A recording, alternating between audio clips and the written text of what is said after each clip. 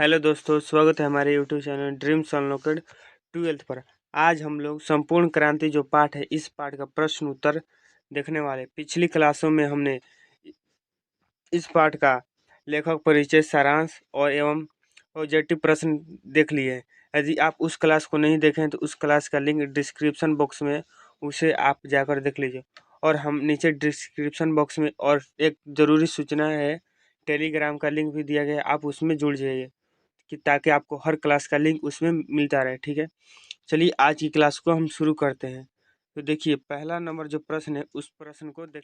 पहला नंबर प्रश्न क्या लिखा गया है कि आंदोलन के नेतृत्व के संबंध में जेपी के विचार क्या थे। तो देखिए, मैं आपको समझा रहा हूँ। देखिए, आंदोलन जो संपूर्ण क्रांति आंदोलन है, उसके संबंध में जो जेपी कहते थे कि मैं जो इस आंदोलन का नेतृत्व कर रहा हूँ, उस आंदोलन के नेतृत्व में मैं सुनूंगा सबकी। मतलब कहने का अर्थ है कि वो सभी लोगों के विचार को सुनेंगे और उस पर विचार भी करेंगे। उस पर क्या करेंगे बच्चों? विचार भी करेंगे, यह जो कह रहा है ठीक कह रहा है कि नहीं, और उसको लागू भी करेंगे। लेकिन जो उसका नेतृत्व होगा वो अपने पास रहेंगे। किसके पास रहेंगे? तो बच्चों अपने पास। और अपने अनुसार ही आंदोलन को चलाएंगे। इसका जो इस प्रकार इसका आंसर हो जाएगा। आप इस प्रकार भी इसका आंसर लिख सकते हैं। ठीक है, चलिए उत्तर क्या लिखा उसे पढ़ते हैं। तो देखिए, उत्तर पढ़िएगा क्या लिखा गया है। उत्तर लिखा गया, आंदोलन के नेतृत्व में जेपी सबों का सुनते थे, लोगों के अच्छे विचार को मानते भी थे। मतलब जो लोग अच्छे कहते थे, मैंने बताया ना, जो लोग अच्छे कहते थे कि हाँ यह विचार अच्छा है, उसे जेपी जी मानते भी थे, परंतु नेतृत्व का अंतिम निर्णय अपने पास रखते। नेतृत्व जो करते थे उसका अंतिम निर्णय, मतलब ये इस प्रकार आंदोलन आगे की ओर बढ़ेगा, उसका जो नेतृत्व था वह अपने पास रखते थे। समझ में आया? दूसरों के निर्देश पर किसी आंदोलन का नेतृत्व करना उन्हें पसंद नहीं था। मतलब कहने का अर्थ है कि दूसरे के अनुसार वह आंदोलन नहीं चलाना चाहते थे। वह जो आंदोलन चलाएंगे अपने अनुसार चलाएंगे। समझ आएगा? इसमें आप लिख देना कि आंदोलन का नेतृत्व वो अपने मन से करना चाहते थे, वह दूसरे के विचार को सुनते थे, उसको अच्छे लगने पर लागू भी करते थे। ठीक है, आप लिख सकते हैं परीक्षा में। तो ठीक है, चलिए आगे प्रश्न देखते हैं। अगला प्रश्न क्या है बच्चों, उससे भी पढ़िएगा। लिखा है कि जयप्रकाश नारायण का छात्र जीवन और अमेरिका का प्रवास का वर्णन करें। तो देखिए, मैंने पढ़ा है आपको, जयप्रकाश का जो छात्र जीवन है, उनका प्रारंभिक शिक्षा घर से ही प्रारंभ हुआ था। कहाँ से हुआ था बच्चों? यहाँ से ऑब्जेक्टिव पूछा जाता है कहाँ से, तो घर से ही प्रारंभ हुआ था। उन्होंने घर से ही पढ़ाई करना शुरू की। फिर वो अमेरिका भी पढ़ने के लिए, फिर जब वो BHU स्कूल में भी, BHU जो वहाँ पर भी अपना नाम लिखाना का प्रयोग का कोशिश किया, लेकिन वहाँ पर भी नाम नहीं लिखा पाए। जानते हैं क्यों? चलिए देखते हैं। चलिए, प्रश्न का उत्तर क्या लिखा गया और देखिए, सॉरी, और मैं बता दे रहा हूँ अमेरिका के बारे में। जो ये अमेरिका गए थे, कब गए थे बच्चों? तो 1921 ईस्वी में गए थे। कब गए थे बच्चों? तो 1921 ईस्वी में। जब यहाँ पर वो गए थे तो वहाँ पर अनेक कठिनाई को इन्हें सामना करना पड़ा। क्या सामना करना पड़ा? तो अनेक कठिनाई। जहाँ ये गए थे वहाँ पर इन्हें बहुत मुश्किल से रहना पड़ता था। इनके पास पैसा की भी कमी था। ये कभी कभी तो दूसरों के यहाँ भी बर्तन मांज देते थे, शौचालय भी साफ करते थे, बहुत काम करते थे और साथ ही पढ़ते थे। तो देखिए, हमारा उत्तर लिखा गया है, पढ़ते हैं। जयप्रकाश नारायण का प्रारंभिक शिक्षा घर पर ही हुआ। ठीक है, वे पटना विश्वविद्यालय से छात्रवृत्ति पाने आईएससी के छात्र थे। वो किसके छात्र थे बच्चों? तो आईएससी के छात्र थे। समझ गए? गांधी जी के असहयोग आंदोलन से प्रभावित होकर उन्होंने पढ़ाई छोड़ दी। देखिए, यहाँ से एक नंबर प्रश्न पूछता है कि किस आंदोलन से प्रभावित होकर जेपी जी ने आंदोलन छोड़ दी। तो बच्चों, वो असहयोग आंदोलन ही था जिसके कारण लोकनायक जयप्रकाश नारायण ने अपना पढ़ाई छोड़ दी। समझ गए? पढ़ाई क्या छोड़ दी बच्चों? चलिए आगे क्या लिखा है देखते हैं। छोड़ दी। बाद में BHU में नाम लिखाना चाहा, परंतु सरकारी अनुदान प्राप्त न होने कारण, सरकारी अनुदान लिखा गया है, सरकारी अनुदान प्राप्त न होने कारण उन्हें नाम नहीं लिखाया। बिहार विद्यापीठ से उन्होंने आईएससी की परीक्षा पास की। मैंने पढ़ा है, बिहार विद्यापीठ से उन्होंने आईएससी की परीक्षा भी पास की थी ऑब्जेक्टिव में। ठीक है, आप उस क्लास को जाकर देखिए। इसका आंसर आप लिख सकते हैं एग्जाम में। इसका आंसर आप एग्जाम में लिख सकते हैं कि नहीं? तो बिल्कुल लिख सकते हैं। आप लिख दीजिएगा उनके छात्र जीवन के बारे में कितनी कठिनाई से कटा। सॉरी, अभी अमेरिका के बारे में नहीं बताया थी, छात्र जीवन के बारे में इतना है कि वो बीएचयू में नाम लिखाना चाहते हैं लेकिन नहीं लिखा पाए। उन्होंने प्रारंभिक शिक्षा घर से ही प्रारंभ की। वे आईएससी के छात्र थे, आईएससी की परीक्षा बिहार विद्यापीठ से पास की। इतना लिख सकते हैं उनके छात्र के जीवन के बारे में। अब देखिए अमेरिका में जो बताया वही लिखना है। तो अमेरिका में देखिए उनके बारे में लिखा क्या है। आगे की शिक्षा प्राप्त करने के लिए सन 1922 ईस्वी में अमेरिका चले गए। अमेरिका प्राप्त करने, सॉरी यहाँ पर अमेरिका नहीं लिखा गया, लेकिन अमेरिका वो गए थे। वहाँ 3-4 साथी मिलकर एक ही कमरे में रहते थे। देखिए 3-4 दोस्त थे, एक ही साथ रहते थे।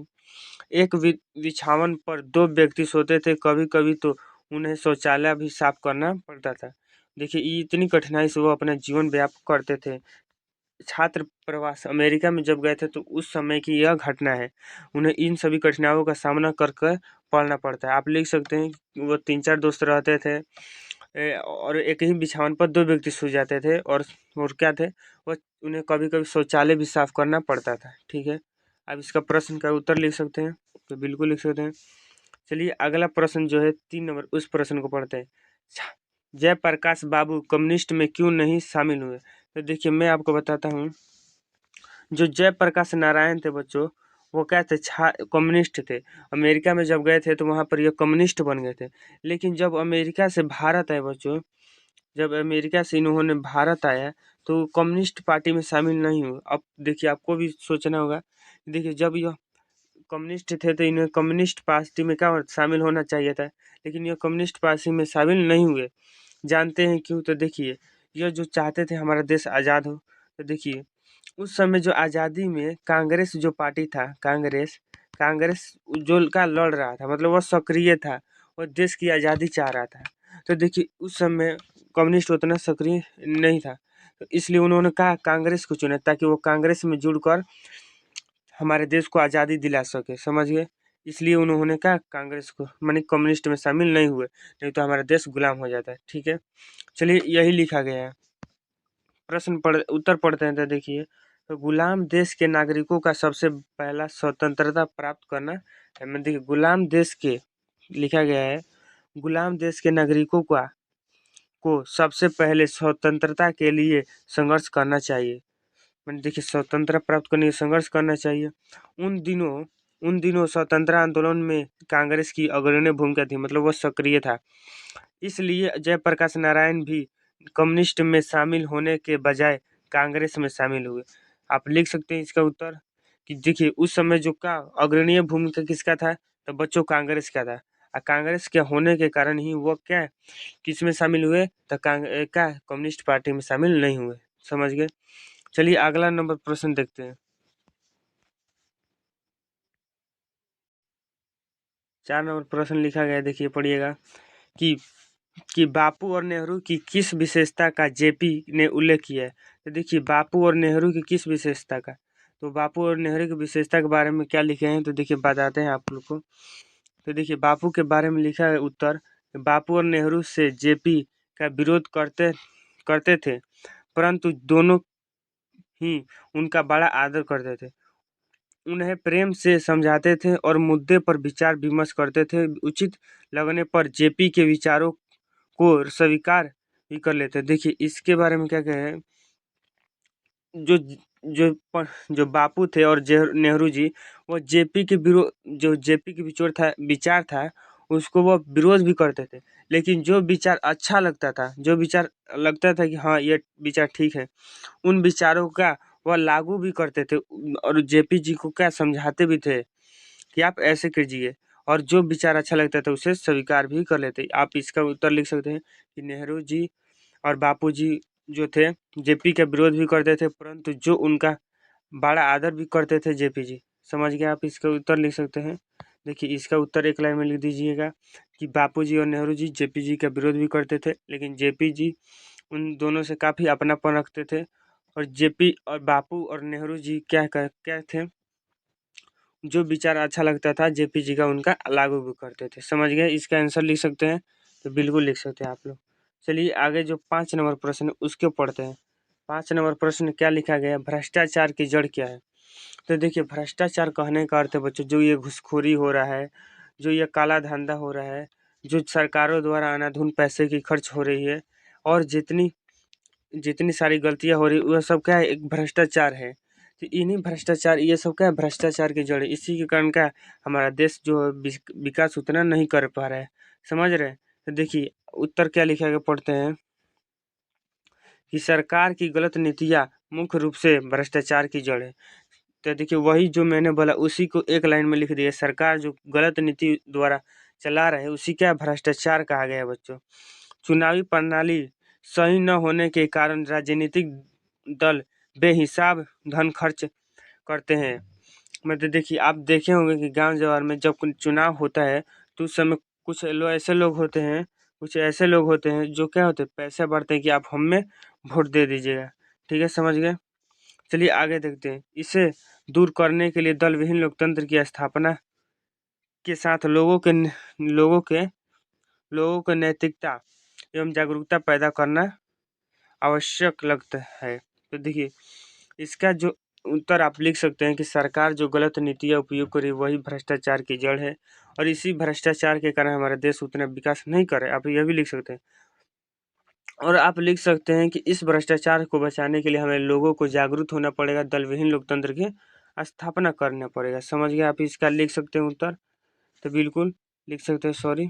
चलिए आगे देखते हैं अगला नंबर प्रश्न क्या लिखा गया है। अगला नंबर प्रश्न 6 नंबर प्रश्न पढ़िएगा। 6 नंबर प्रश्न क्या लिखा है बच्चों, ध्यान से पढ़िएगा कि दल विहीन लोकतंत्र और साम्यवाद में कैसा संबंध है। तो देखिए दल विहीन लोकतंत्र और साम्यवाद कुछ जो आपस में क्या मिलते ही जुलते हैं। दोनों में क्या कहता है कि ग्रामीण सभाएं हैं वह जनप्रतिनिधि, मतलब जो गांव जवाब में जो जो चुनाव होता है उसको महत्व देता है, जो दल विहीन लोकतंत्र उसको महत्व देता है। जेपी जी यही ना चाहते थे। ठीक है, तो देखिए उत्तर क्या लिखा गया उसे हम पढ़ते हैं, उत्तर से आपको और भी अच्छा तरीका से समझ में आएगा। ठीक है, दल विहीन लोकतंत्र की परिकल्पना मूलतः मूलतः क्या है बच्चों, तो मूलतः साम्यवाद की ही है। मैंने दल विहीन लोकतंत्र और साम्यवाद जो है क्या सेम है, बराबर। ठीक है, तो देखिए ग्राम सभाओं के माध्यम से जन प्रतिनिधियों का चुनाव करने की बात साम्यवाद करता है। मतलब देखिए मैंने बताया ना जो ग्राम सभाएं थी उनको उनके जो जन प्रतिनिधि थे उनको क्या चुनाव करने के बाद कौन करता है, तो साम्यवाद करता है। मतलब जो ग्राम स्तर पर चुनाव कराना चाहता है क्या, साम्यवाद बच्चों। ठीक है, इस इस रूप में चुनाव कराने से सरकारी खर्च भी कमेगा और भ्रष्टाचार भ्रष्टाचार भ्रष्टाचार भी साम्यवाद और दल विहीन लोकतंत्र इसी को आधार मानता है। तो देखिए देखिए इसका आप उत्तर एक लाइन में लिख दीजिए, इसका उत्तर लिख दीजिएगा। साम्यवाद और दल विहीन लोकतंत्र एक ही जैसा है। जो जो साम्यवाद है वो ग्राम स्तर पर जनप्रतिनिधियों को चुनाव कराने को आता है। इसके कराने से जो चुनाव में जो खर्चा होता है, चुनाव में अंधाधुंध खर्चा होता है, वह खर्चा भी कम हो जाएगा और भ्रष्टाचार भी कम हो जाएगा। आप लिख सकते हैं इसका उत्तर, तो बोलिए कमेंट बॉक्स में यस लिखिएगा। ठीक है, चलिए आगे देखते हैं प्रश्न। आगे 7 नंबर प्रश्न है, उस प्रश्न को पढ़िएगा। तो देखिए 7 नंबर प्रश्न क्या लिखा गया है कि संघर्ष समितिया से जेपी की क्या अपेक्षा है। तो देखिए संघर्ष समितिया से जेपी जी क्या कहते हैं कि जो संघर्ष समितियां है मतलब जो आज़ादी पाने के लिए लड़ रही है उन समितियों से अपेक्षा मतलब क्या इन्हें क्यों रूठे हुए हैं, क्या वह गलती करे, इसके बारे में उसका उत्तर हमें लिखना है। तो उसके बारे में देखिए उत्तर, तो जयप्रकाश नारायण जो चाहते हैं कि संघर्ष समितियां न केवल